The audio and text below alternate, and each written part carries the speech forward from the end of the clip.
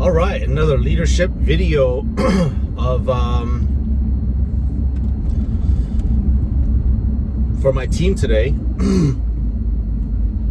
And I wanted to share a story, and I think what would be best for us, for people, for me, for anyone to conceptualize bits of practices of leadership would be maybe in storytelling. That's the kind of the data that I have right now that really works. And today's topic is called Getting Caught Doing It. And I've came across several stories in the past, I want to say maybe like 5 years now, after leadership was introduced to me, and I found leadership to be very profound and seemed like to be the ultimate truth when it comes to setting the culture that you're trying to set, whether it's in your family, work, business, community of friends, to, just a public park. Who knows, right? It doesn't matter. Culture runs in everything, whether we measure it or not. It's an energy that's happening in between the community. It's a synchronization of energy. It's a harmony of energy that's brought together. So anything that involves more than two people, I believe, maybe even more than one person, is considered a community or is considered a culture. And the story today is there was a gentleman that I'm going to share the story, and then I'm going to share what I did over the years that really worked. So there was a gentleman that said the same thing. He says, I would wake up early and do something that I want my kid to do. And I hope that he would catch me doing it without the intention of him knowing that he wanted him to catch his dad doing it. And he said that kids will do, and people will only do what they see. They won't do what you tell them. And I found it to be so true, because I was brought up in a way where there was no guidance, there was no coaching, there was no teaching, but just beating, right? My dad always said to me, hey, you can do better, but never really showed me how. You can do better, you can do better. That's not good enough, this and that. But never coach. There was never a, let me show you, let me hold your hand and guide you. Let me do it so you could see, right? And I think at that time, maybe, psychology or neuroscience or science or wasn't that advanced yet. Maybe the message was more on a individual level versus a public level. So I don't shame my dad for that. I don't shame my parents for that. I'm just grateful that I realized that teaching today. And that was the story behind that man, and what helped me to realize, wow, that is true. I've never been coached. I think a lot of us could agree with that I've never been coached. I've never been led by my parents. I've been told, I've been yelled at, I've been beaten, I've been, shamed for it, but never really led, right? So I started doing that in my own business life, because I realized how important it was to have the culture, the right culture for our community of team. And if we didn't have that, then I would hate coming to work every day, and I wouldn't want that. And I learned that lesson from Tony Hsieh, rest in peace to him, because he mentioned that his first company he started up had over 100 employees, and he hated going to work after several years, to the point where he sold it. I think he sold it to Microsoft. He was like, I'm done with this because I hated coming to work. So when I learned that lesson from him, I was like, I don't want to come to work hating work, right? Even though that, yeah, anyways. So, some stories I can share at our work. There was a few things I could recall me trying to get our team to do. And over the years, I just didn't dawn on me. I just couldn't understand why they wouldn't do it, you know? And I knew that carrot and the stick wasn't the way to do it because it seemed too ungenuine. Something more holistic, you could say, I think was the answer for you know, my nature, my point of view. And it's like holacracy is like, you know, a car driving on the streets. We know we don't need a dessert to say, hey, only drive when there's a green light, and only stop. Here's another dessert if the light turns red. You have to stop. You stop, I'll give you the dessert. It just didn't seem that way because, you know, we live in a world kind of where the streets and the cars and the traffic signals and the pedestrians are a very holacracy way of being, you know. So people should just know to be, right? So that was sort of my goal, and I knew that was going to be a tough, you know,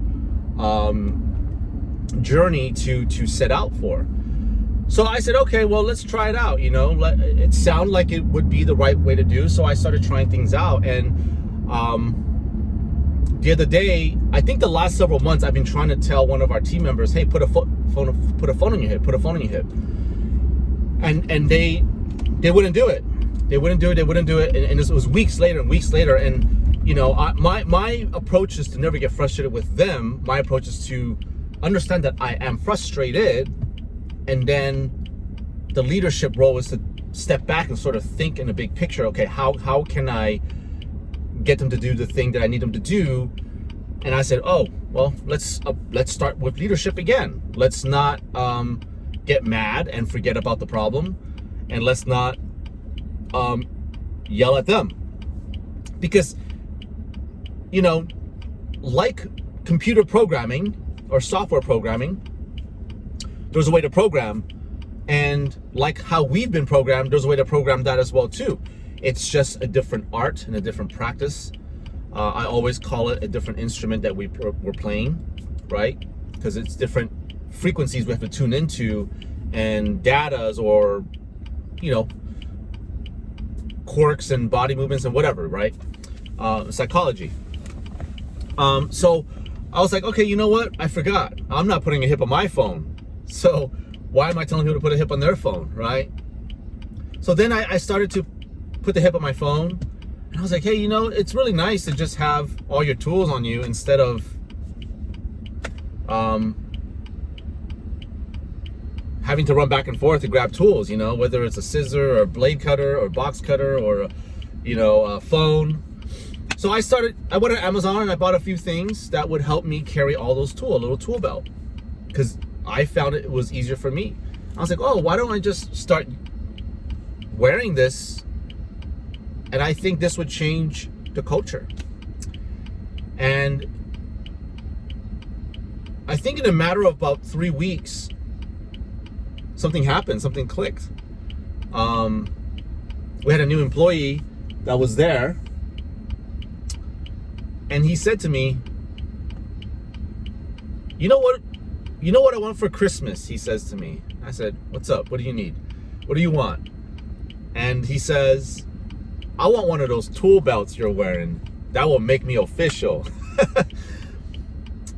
So that right there in that moment made me realize, and you know, obviously I told him, come on over. I already got a tool belt for you, because I was already trying things out to see what was more comfortable on the floor.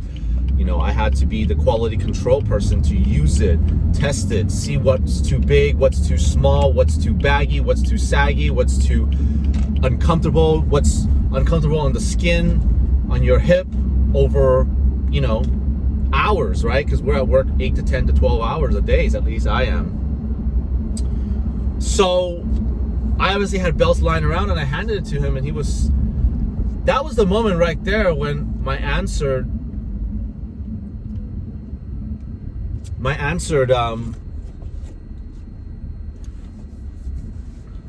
the light bulb lit up again, you know, because we forget sometimes to use the practice that we've read somewhere, we've heard somewhere, we've been taught. We go back to the old framework of reaction, you know, which is very easily a frustration state of mind, a very suffering state of mind. And several other stories too. Being at work, I'm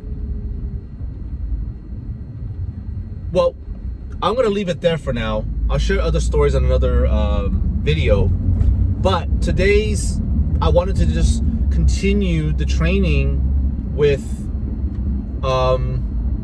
some leadership here that I have been radio dialing in to the human behavior, because this business that we've all built together is really like, it's an engine for me to kind of like look at and see how can I make this engine better, right? How do we make improvements on this engine?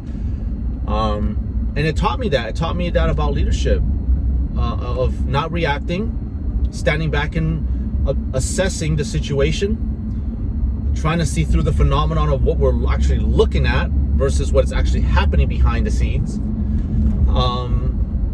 and giving us the self-compassion to step back and say, you know what, let's think about this, let's ponder on this, let's strategize on this, let's look at other information from other sources such as books and audiobooks and podcasts and interviews and whatever the case may be, to get data to see how we can formulate a new framework for our own paradigm versus reacting from our paradigm or actually having the paradigm control us. So I hope that this video here kind of shined some light or help you saw some of your own perspectives in your past where you go, wow, it did work here and there, maybe it got some other gears turning for you guys. So yeah, any comments, questions, feel free to comment below. Feel free to contact me directly, message me. So I hope that helped some of you guys out. Until next time, you guys stay safe. I love you guys. Take care. And bye.